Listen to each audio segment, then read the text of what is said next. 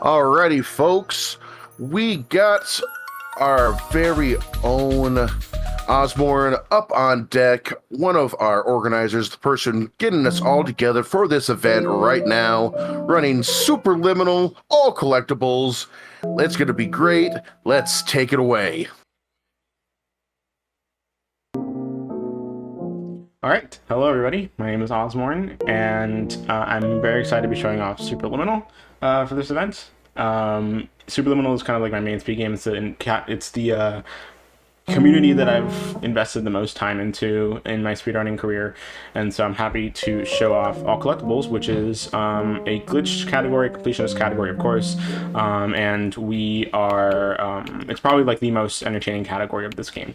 We have to reset all the tracked items and achievements beforehand. Thankfully, we can do that within game, and so right now, we're going to go straight into induction to start off. The collectibles that we're going to be going over are chess pieces, blueprints, fire alarms, fire extinguishers, and constellations. All those sound really weird out of context, but it's going to make more sense as the run goes on. And so we're going to sign the terms of service for good luck. I don't know what they said, but neither does anyone else. And so timing will begin when I walk through this first door in 3, 2, 1, go. And as you can see, there's an in-game timer. That'll take out loads for us. So in Superliminal, perception is reality. What does that mean? It means that objects are as big or as small as we perceive them to be, which means you can manipulate the size of objects, especially to do fun glitches like this. And so right there, it is an out-of-bounds launch. You get launched out of bounds, if you can believe it.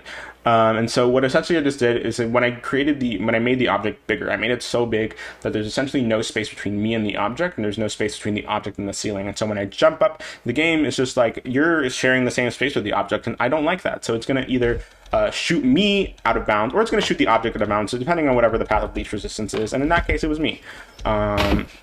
Typically, if you are bigger than the object, it'll push the object out of bounds, and vice versa. And so that's just an easier way of telling what'll happen when you try to perform a launch of any kind. And so the rest of this level, for the most part, induction is the same movement as glitchless, because there's only a few collectibles, one of which we just got right now, that chess piece at the beginning, and there's going to be a few more collectibles at the very end that we're going to get. And so sometimes the game likes to line things up perfectly for us when you can resize things against wall, such as this sign that allow us to be the perfect size to press both buttons at the same time. All right, and in this next room, I'm going to do a strat that's very simple. You just have to press on this button at the far end, because when you press this button, this wall is scripted to fall down, and if you push it before it falls down completely, you can push it out of the way and just move on. And at the very end here, there's a pit, but there's a part of the level geometry that kind of just juts out of the wall there that you can use to jump over the pit and go over here and grab this blueprint.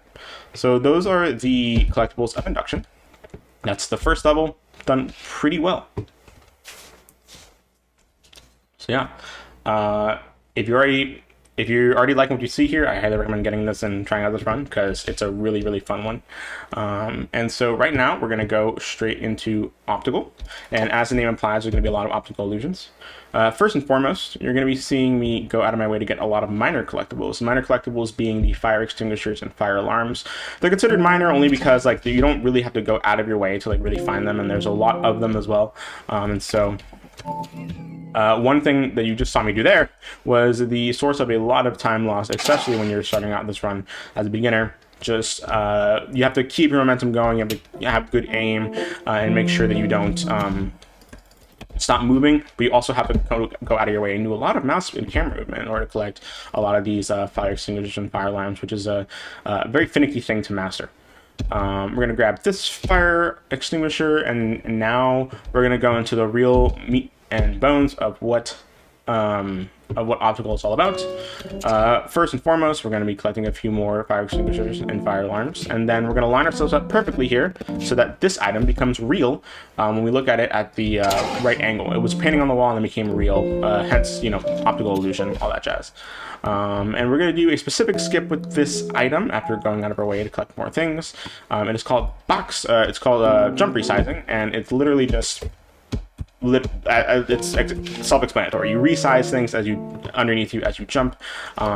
It's just jump, click, click, and and it's that simple. It's originally meant to be an intended mechanic, but the devs decided that was too complicated for casual players to get, and so instead we're using the speedrun. Right here, we're doing another glitch known as warp launching, and it's another form of launching that we saw at the beginning of the run. Essentially, you make the object incredibly big, and then you turn it into yourself.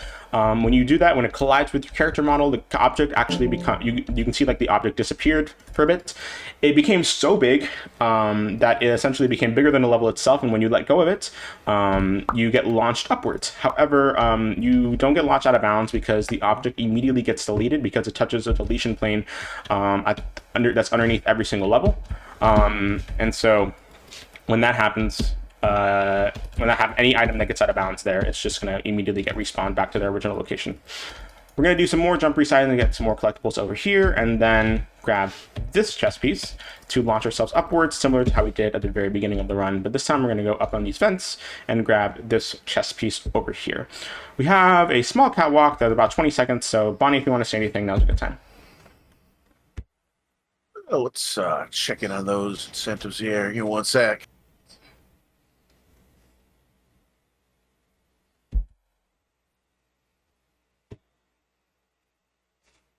You're not going to believe it, but cats are still dominating that adopt a pet bid war for Stardew Valley.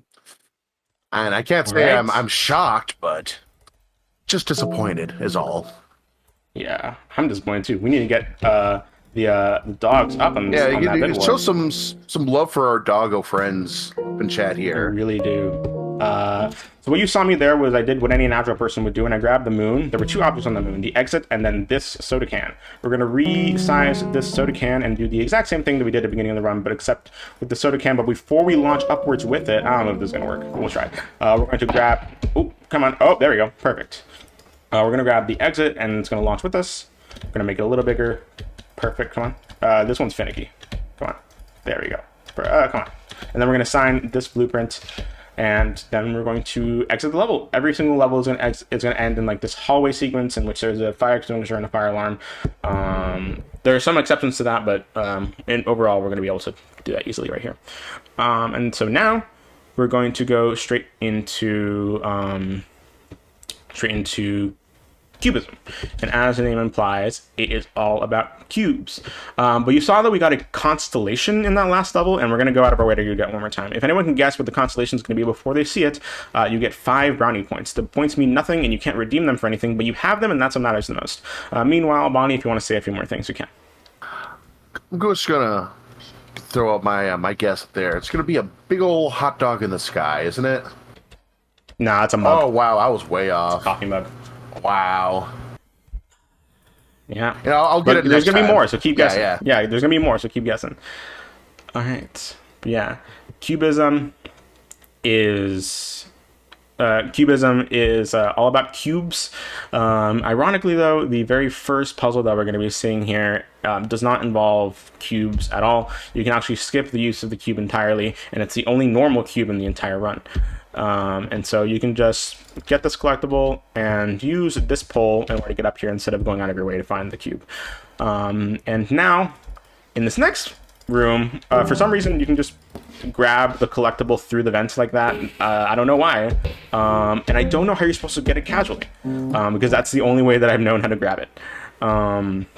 Now we're going to take this half cube and we're going to do a really fun glitch with it. And after collecting these guys, we're actually going to be just going over here and going out of bounds, like so. Essentially what I just did right there is that there's a little bit of collision of like a little bit of the level geometry that juts out a bit, and so you can ledge grab onto it. And when you ledge grab onto it, you're able to essentially when there's a ledge grab animation, the game does not check for collision during that animation at all, and so you're able to clip through objects pretty easily, like so. And now we're going to go straight into this room with the sliding cubes. There's a collectible right up here. And now you think like the cubes are going to be normal, and there's always like a trick with each and every one of the cubes in these levels, such as this one. And you can just balance that cube and use it as a platform. And this exploding cube, which you can just use a piece of it to get up to the next platform. So, perfect. And we're going to use this cube to perform another warp launch. Again, turning it into ourselves. Once it collides with you, it's going to be really big. And then, boom. All of that to save like 2 seconds for that one. That one does not save as much time as you think. Because again, you can just use the pole on the right-hand side over here to do the same thing that you did at the beginning of the level. So it's not really that much of a time saver. But every time save counts in a run like this. And so, right here, we're going to go straight into... Blackout. In most other runs, Blackout is not that interesting. However, in the All Collectibles run, there's a bit more to it than normal. However, before I go into the main level, I have to go out of my way to get another constellation. If you guys can guess what this one is, you get 26 brownie points. And I am making these numbers up on the spot. They're different every single run. So if you want to guess what this one is, you can. Meanwhile, Bonnie can say a few more things. All right. Well, first off, gonna guess this is a giant hot dog in the... Ah, dang it. No, it's cheese. If you have anything else to say, you can keep doing it. It's a really tasty looking real cheese, gotta say. It is. I'm just blown away by this game, honestly. Like, this is like just mind bending. It's like all the like the crazy like puzzles of like Portal with like the aesthetics of Stanley Parable. It's really interesting. Yes, this game is heavily inspired off of both of those games, and so it's a lot of fun to see where the inspirations come from, how things cross over, all that jazz. And so now we're going to go straight into Blackout. The game kind of shifts tone and makes you think that it's going to be like a horror-esque game, but that's not going to be the case at all.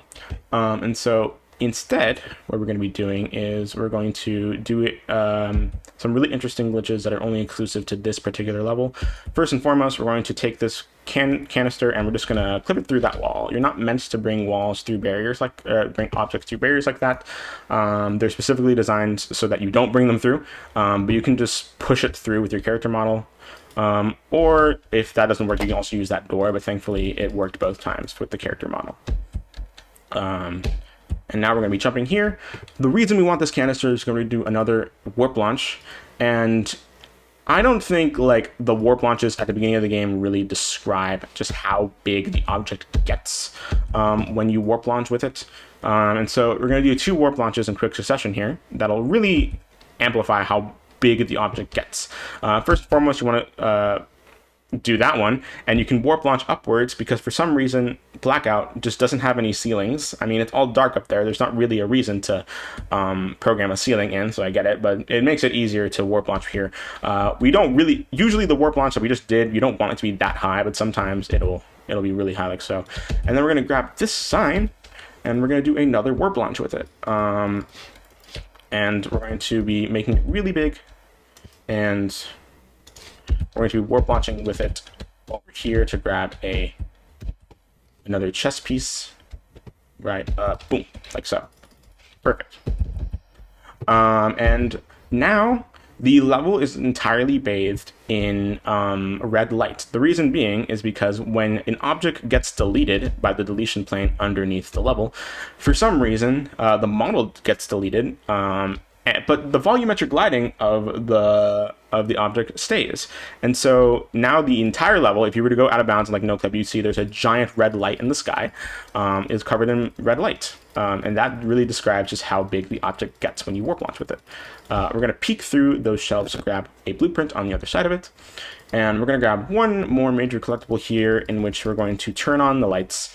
And then we're going to grab a can of beans and we're going to launch with it, because what else would you do with a can of beans? Oh my god, sometimes the can of beans like to do that. Excuse me. Oh, that's not how that's supposed to work. That's not what I meant by launching with it. What I meant by launching with it was this. And so you can grab this chest piece right there.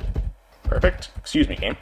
And yeah, now we're going to be collecting 2 last collectibles again in the same hallway elevator sequence that we see at the end of every level. So yeah, that's Blackout. The main thing behind Blackout, like casually, is that it's supposed to take the whole perception is reality motif that you see throughout the game and turn it on its head to more of a metaphorical sense in which the tone shifts, making you think that it's going to turn into a horror game by showing a bunch of creepy imagery. But it's only as scary as you perceive it to be. You're not in any real danger, and it's revealed by that at the very end when all of like the blood on the floor was actually just red paint and a few other things that I highly recommend checking out. But now we're going to go into Clone.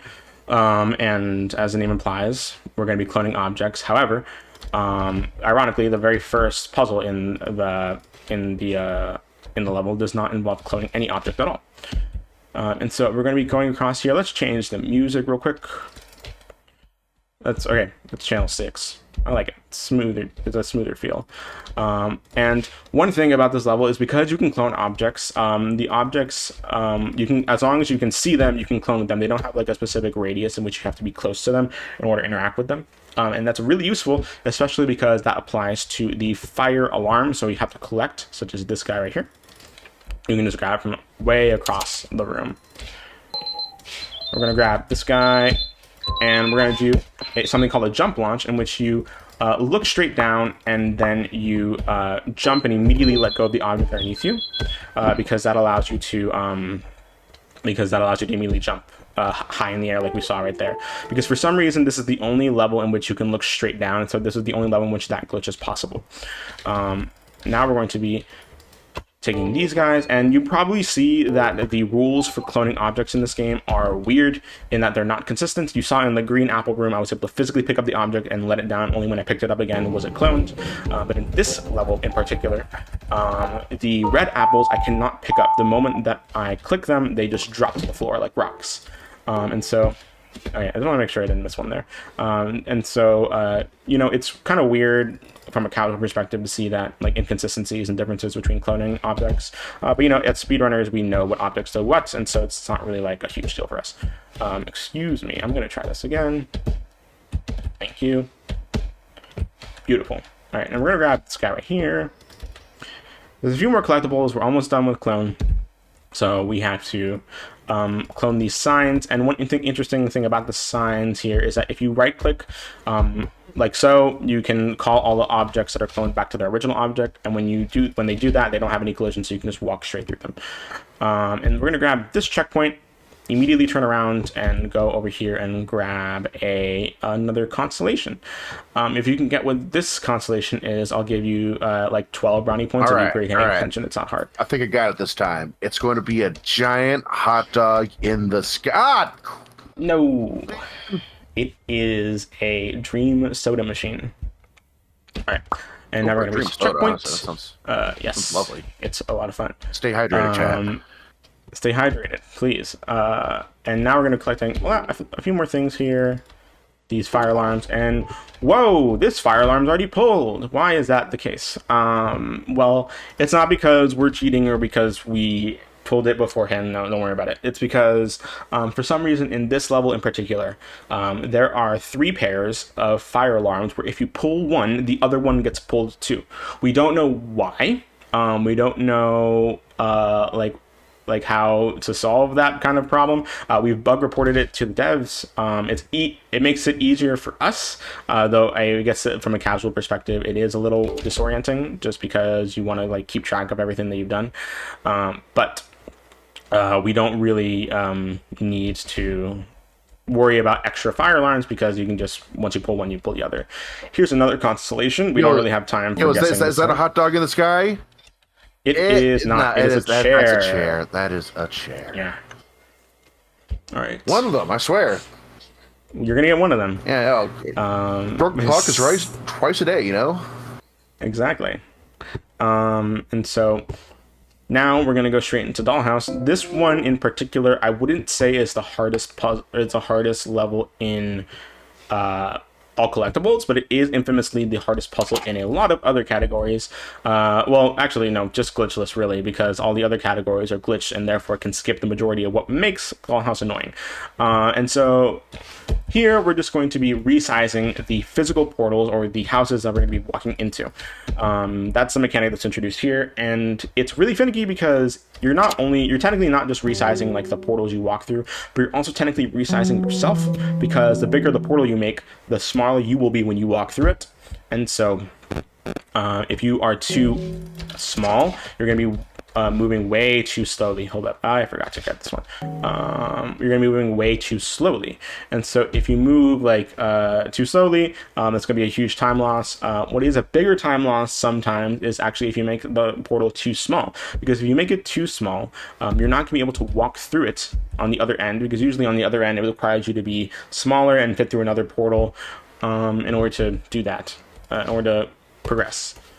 Here we're going to play Jenga the incredibly intended way, by just knocking down all the towers. And we're going to go through this window, through this portal right here, collect a few more collectibles. And this room, you're meant to be resized when you walk through this portal. And so if you walk in and out, everything in this room becomes smaller, and therefore has less distance to walk towards. And so that's a small little time save that I found myself. I'm very proud of that. Now in this room, we're going to take this bouncy castle and we're going to resize it along this door frame so we can climb up it and get a collectible right here. Perfect. And now we're going to use the same bouncy castle in the pool room in order to climb up here, and boom, there we go. We're going to be walking through here and we're going to be resizing it again over on the other end and putting on this plank so we can make it to the portal on top of it. And one final glitch that you're going to be seeing in this level is something called Arc Skip, found by our member Archmage, in which we're going to take this sign and this portal and we're going to actually clip it out of bounds through this door frame. And that allows us to just walk through and get the last collectible right here. Very conveniently, it goes out of bounds right above the final room of the level. And so in certain locations in this game, with certain objects, if you make them small enough, you can just jump up and it'll clip through the ceiling. And then you walk through it, it'll allow us to do a lot of really fun glitches. And now we're going to go straight into Labyrinth. And Labyrinth is the longest level in the all collectible speedrun. And you're going to be seeing me do something very interesting here. What seems like meaningless parkour. However, there is a meaning to it in that there are 5 audio triggers in this hallway that activate 5 different audio lines. And so you want to get to the last audio line as soon as possible, because then it'll teleport you to the next room in which you can actually progress in the game once the audio line is done. We have found ways to skip 3 of them from activating. However, we only skip over 2 of them because only 2 of them actually save time. And so you are able to just physically jump over the triggers, the audio triggers, and prevent the lines from getting activated, saving you a lot of time. And now we're teleported back to the next room. We are able to do some specific lineups on the wall, because when you're going to get teleported back to the bedroom every time the alarm clock goes off. And so when you do that, your horizontal positioning will change, but your vertical positioning won't. And so you can just align your crosshair with specific parts on the wall and immediately spam click so that the moment you get into the room, you can just click the alarm clock and move on. You want to make sure that you get this guy, because it's going to be really annoying if you have to come back here and reset checkpoint. Now we're going to do a frame perfect trick. That was not a frame perfect trick. I'm actually struggling immensely. This was supposed to be a joke about me going through a frame, but it only works if you actually do it on the first try, and we didn't. So that's unfortunate, but pretend that I did anyway and groan at the pun. And now for the rest of the level, it is a lot of subverting your expectations. For example, like right there, that hallway that you fall down to. In this room, there's a specific glitch that I need to do, and I hope that I do it first try because I'm really bad at the backup, and we're going to do the backup. So the original thing that you're supposed to do is actually, you were actually supposed to see if you could, come on. There we go, perfect. Is that too steep for me? No, it's not. Okay, good, perfect. So what you're originally supposed to do is you're actually, when the door was falling down, you were supposed to be lined up in a very specific spot in which you were going to get launched upwards. I'm going to make sure I got that one. And the backup is just using the door as a ramp. However, I'm not that great at lining it up, and that's unfortunate. Usually people are much faster at that than I am, but typically I tend to get the tend to get that skip first try. You kind of have to go for the backup if you don't get it first try, because the other alternative is resetting checkpoint, and the checkpoint is way too far back for you to actually like make it. It's just better to go for the backup at that point, even if you struggle at it a little bit. So right here, you see more subverting expectations. You thought we were going to use those stairs to go up, but of course we're going to go down with the stairs and fall through the floor. And this puzzle right here is the hardest puzzle in the game casually, mainly because there's not really a lot of direction as to what you're supposed to do.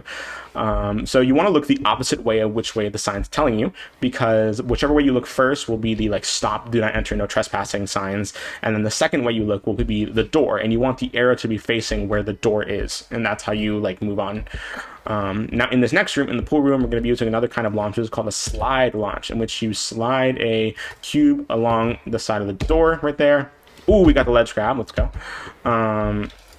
Where you slide the cube alongside the wall, and it'll like push into the wall and then push back out and then launch you upwards. We're going to take this chest piece and we're going to do another slide launch immediately with it, like we did in the last room. Ooh, that was, I mean, it worked, but like it wasn't high enough. Excuse me. I need you to like launch me upwards, sir. Thank you. That's what we want. And then we're going to grab this guy. And we're going to grab this one over here. And there's one blueprint over here at the other end of this hallway. These next few rooms are just going to be us teleporting to like different abstract places in this level. We're going to take this cube and we're going to grab one more constellation. If you can guess what this one is, you get 1,000,000 points, because I promise you, if you've never played this game before, you won't get it. All right. It's not a hot dog in the sky. But what I do think it is a $30 donation from Nia that says Oz is speed. And that constellation put that donation towards adopting a dog in Stardew Valley. It's becoming a racing dog, a fine greyhound. Let's go. Thank you so much, Nia. Thank you so much. Anyway, in this next room, we're just going to be pulling a few alarm clocks, and you want to make sure that you collect those collectibles before teleporting to the next room. Otherwise, you're not going to be able to grab them. You have to reset checkpoint. It's annoying. After grabbing this guy, we're going to be actually resetting checkpoints, so we can walk over here and turning on this alarm, and we're going to go back, left, right, back. That is the way through the elevator maze. A lot of people think that it's RNG, which way the exit is, but no, it's not. You do have a set way to get through it the fastest. The intended way is to just get lost on the floor until you find arrows that lead you to where you need to go. But we don't have time for that. Here in this parking lot, you think it's a full parking lot, but you actually there's actually walls if you get close enough to them. You don't have to be facing them to activate them. As soon as they're activated, though, you get a room right there in the middle, and we're facing this specific direction because we want to bounce on this guy and go up here because there's one last collectible on top. Excuse me, I'm struggling with this, and I should not be. Beautiful. And now that's the end of Labyrinth. And now we're gonna go straight into the last level, which is white space. I will say there's going to be a lot of moving parts in this level, so just a brief photosensitivity warning for those who are photosensitive. And so hopefully I made this big enough. We're going to walk through the portal. No, I did not make it small enough. We are way too big to fit into this. We're going to make it smaller, like so, because we want to walk into the clinic and then resize it to be small enough to fit into this building, which is Jungle's Bistro. And in Jungle's Bistro, on top of all these soda cans, there is a chess piece. And now we're going to go up, and we're going to resize this portal again, but this time we're going to go up here and we're going to push it out of bounds like we did earlier in Dollhouse.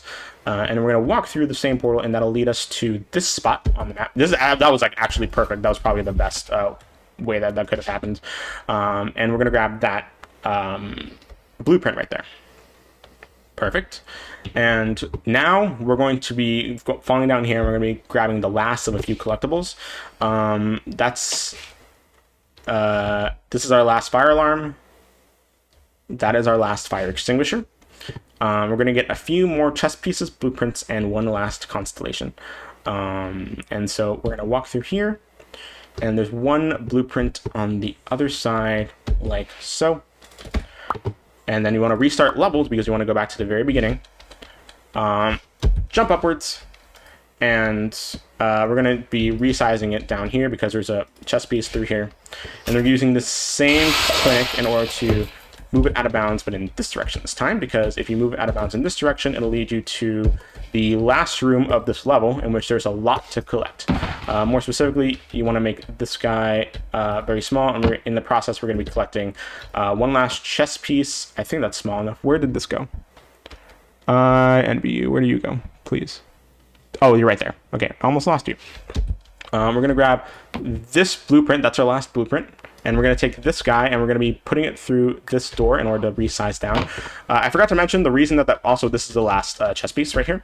The reason that works is because there's a sequence at the very beginning of the level in which you're supposed to put a portal into itself and cause a paradox. But in order to prevent the game from like soft locking, the game developers made it so that when you put the portal through itself, you get put back to size 1. The only downside to that is that the game doesn't check what portal you're putting it through, and so if you put it through any portal, you get put back to size 1, and so that's why we got like smaller if we put the portal through the door, the clinic through the portal. This is the final constellation, and if you guessed piano, you get like 20 points. I didn't give enough time for people to actually give guesses. I was gonna say hot dog in the sky, but you know, I can't always be right. Exactly, yeah. Unfortunate. But we're going to be going back there one last time because unless I missed something, which I desperately hope I didn't, that is the end of the run, and all we have to do is actually beat the game now. We're just going to be taking this clinic once more, and this time we're going to be going on to this side of the map and putting it through here. Perfect. We're going to go through this portal, and similar to how we did at the very beginning of the game, we're going to end the game the same way by taking a chess piece and having it launch us through the ceiling. Like so. Perfect. And after this, once you clip out of bounds, you just have to hold forward, and we're going to fall into the loading zone that will move us over to the final level of the game, or the final level, even though it's like a second long. So at the very end, the game is going to fade to black, and then it's going to hit a loading trigger. At the other side of the loading screen, I'm going to hit an alarm clock, and that is when time is. So yeah, that is Superliminal collectibles. Hopefully, I'm really hoping that I didn't miss anything. So time is going to come up in 5, 4, 3, 2, 1, and time. Hey, that's 29:47.6 IG. Not bad. I usually like add a minute in my head around there for RTA. I think it's like sub 31 RTA. There's a very adorable cutscene here that's very wholesome and has a lot of lessons about life, but we don't have time to watch it because I do need to check if we got all of the no, we did miss a collectible, but I know that we're ahead of schedule right now, so I'm going to actually go and see if we can collect it because y'all deserve all of the collectibles to be collected. This is Completithon. Yeah, it would be Completithon. Everything but one. Exactly. Obviously time is ended. You don't have to keep running the timer, but it is just isn't a valid run. We would have to go back and see what we have. With that being said, Bonnie, I know that there is a incentive for my run for a bonus showcase. However, I'm not sure if it got mad or not. I think it did. It did? Let me just double check.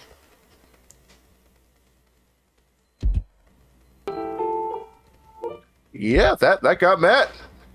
Oh, that's great. I hope that I feel like I had a feeling that last donation from Nia might have met it if she donated towards that as well. Yeah. If not, there could be others. But I'm so glad that got met actually. I'm going progressively more and more through this level, and I am not finding the collectible that I missed, which is concerning, because the game is telling me that I missed one. However, I also am not like too upset if it's like near the end because there's a lot of movement near the end that I might have. I think I know where it is. It's not this guy. Nope. Please. Thank you. I know it's not this guy, but I'm gonna check just in case. And we're gonna go up.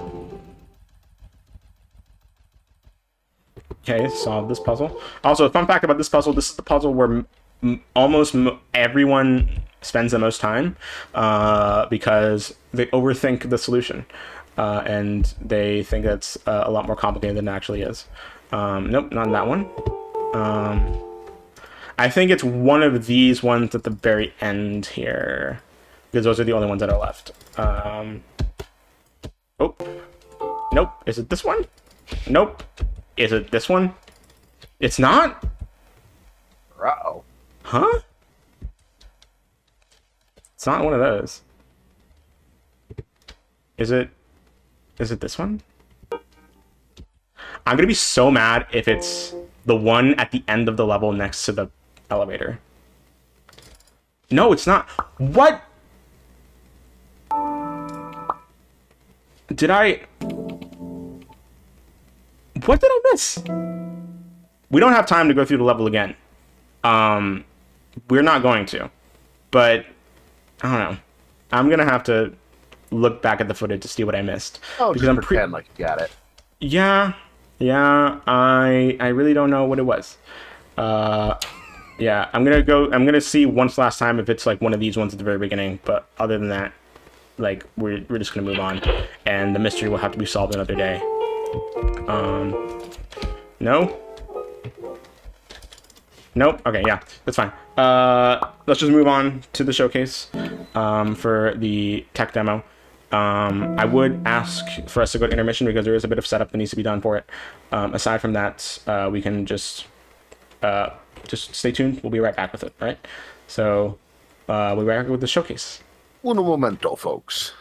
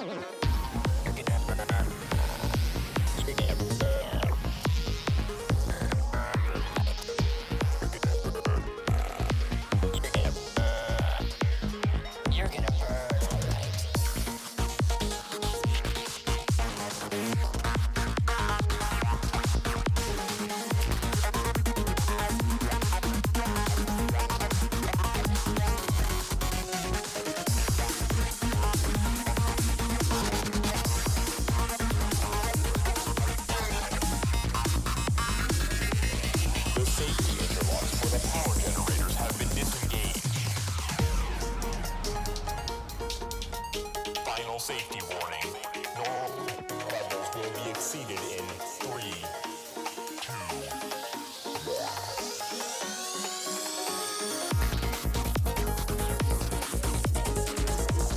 soon I will pure light, pure energy. I will burn like the brightest.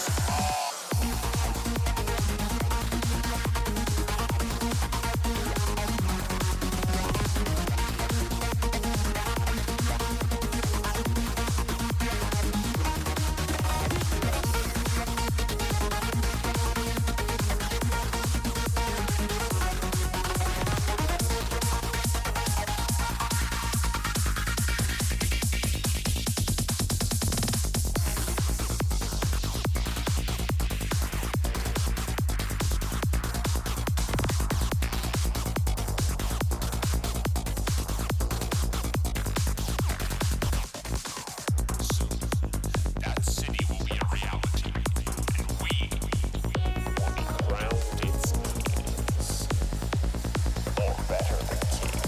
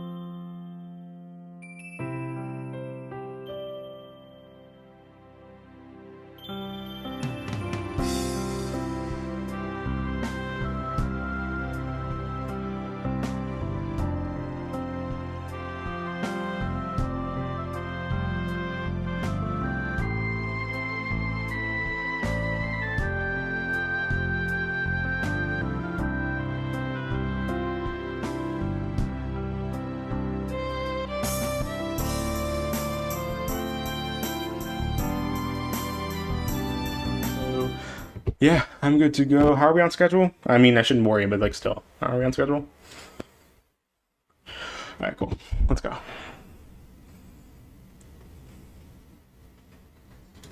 All right, we are ready for this tech demo of Superliminal. Welcome back, Ozmourn. Hello, my name is Ozmourn, and if you liked the run that I just did, I'm super excited to show off the Museum of Simulation Technology, because this is like the original tech demo for Superliminal. It's going to be really quick. Timing will begin once I press start right here. So 3, 2, 1, go. So right here, as you can see, the very first thing is that there is actually a run button, and there's no way for me to adjust the sensitivity. So I'm moving my mouse very, very slowly right now. As you can see, a lot of the original, oh my goodness, a lot of the original mechanics in Superliminal have been maintained since the tech demo. My goodness, thank you. All right, let's see here. Right, and oh my god, excuse me. Wait, why am I off? Okay, there we go, perfect. We're going to be taking this, and we're just going to be using it as a ramp. All right, and now we're going to be taking this guy, jumping across it, perfect. And we have just barely enough room right here to, all right, just barely enough room right here to come across. Oh, I accidentally reset checkpoint. Perfect, like so.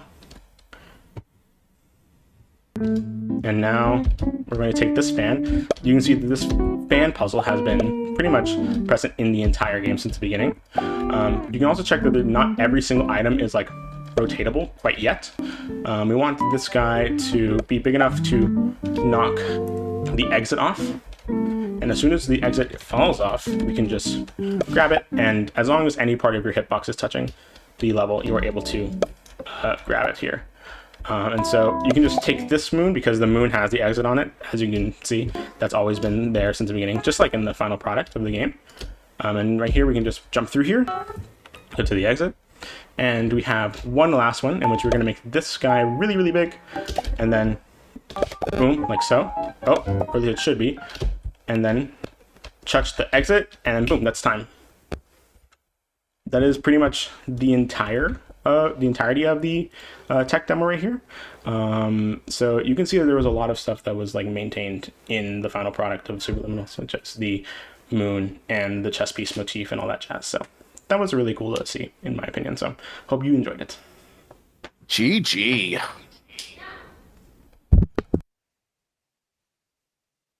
Absolutely mind-blowing. Thank you so much, Ozmourn.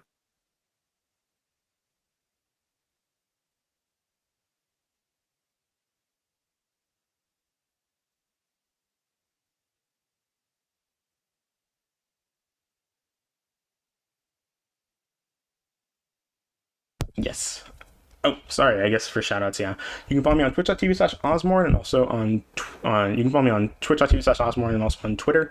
And so I highly recommend following me. Those are the two things I'm most active at. Again, shoutouts to everyone in the Superliminal community and all that jazz. Other than that, we are able to move on with the schedule. And good luck to the rest of the runners today. And so I almost forgot to do shoutouts, so thank you for reminding me.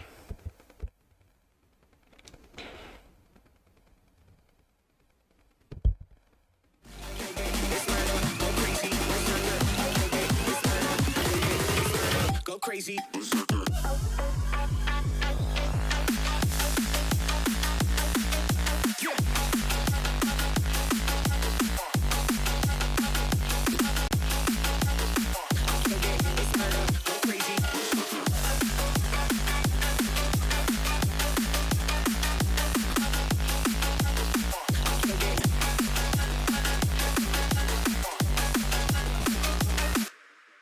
Wow, wow, wow. That was impressive. Like I have still trying to process everything I just saw for that run there. Like, it's yet another game that I'm like, man, I need to like check my Steam wish list and just start checking a whole bunch of things on it and like adding a whole bunch of stuff to it. 'Cause, man, it's been some bangers today. And speaking of bangers, we got another one coming up right in just a few minutes here. We have Unmetal Achievements by Nick R.P. Green in a Jesse Fox cosplay outfits. It's gonna be wild, and I know it's gonna be good. So stay tuned for that. However, unfortunately, my time for today has come to an end. It has been a lot of fun, and don't you fret, as I will be back tomorrow for some Skylanders action. And not only that, but I am leaving you in the more than capable hands of the one and only, the hostess with the mostest, Speff. That is right, she is back for more today. And there's really no one else I could think of who I would rather hand this off to. So, by all means, Speff, floor is yours. The rest of you, you all have yourselves a good night. Take care, you stay safe, don't die.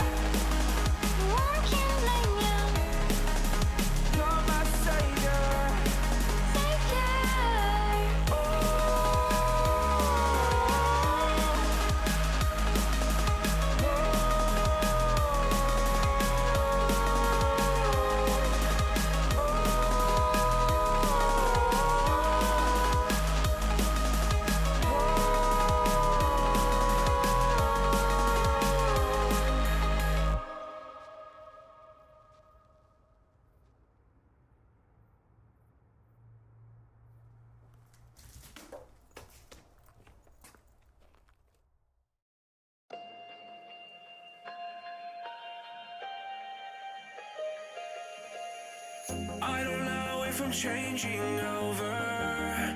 In the moonlight I can't kill this feeling sober. So I start to come alive. I don't know what starts to control me.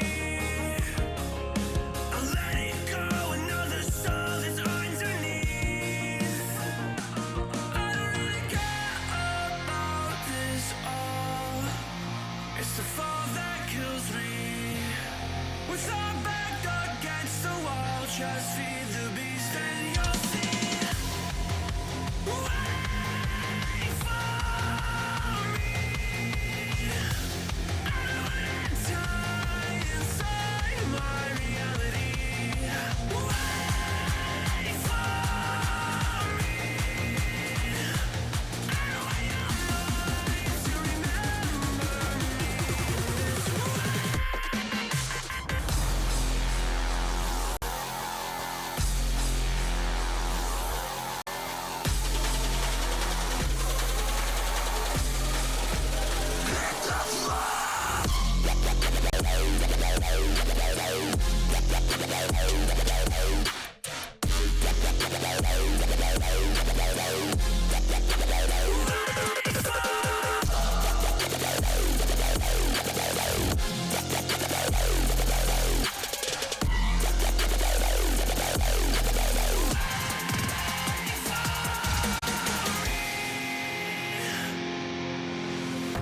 I feel like that we're getting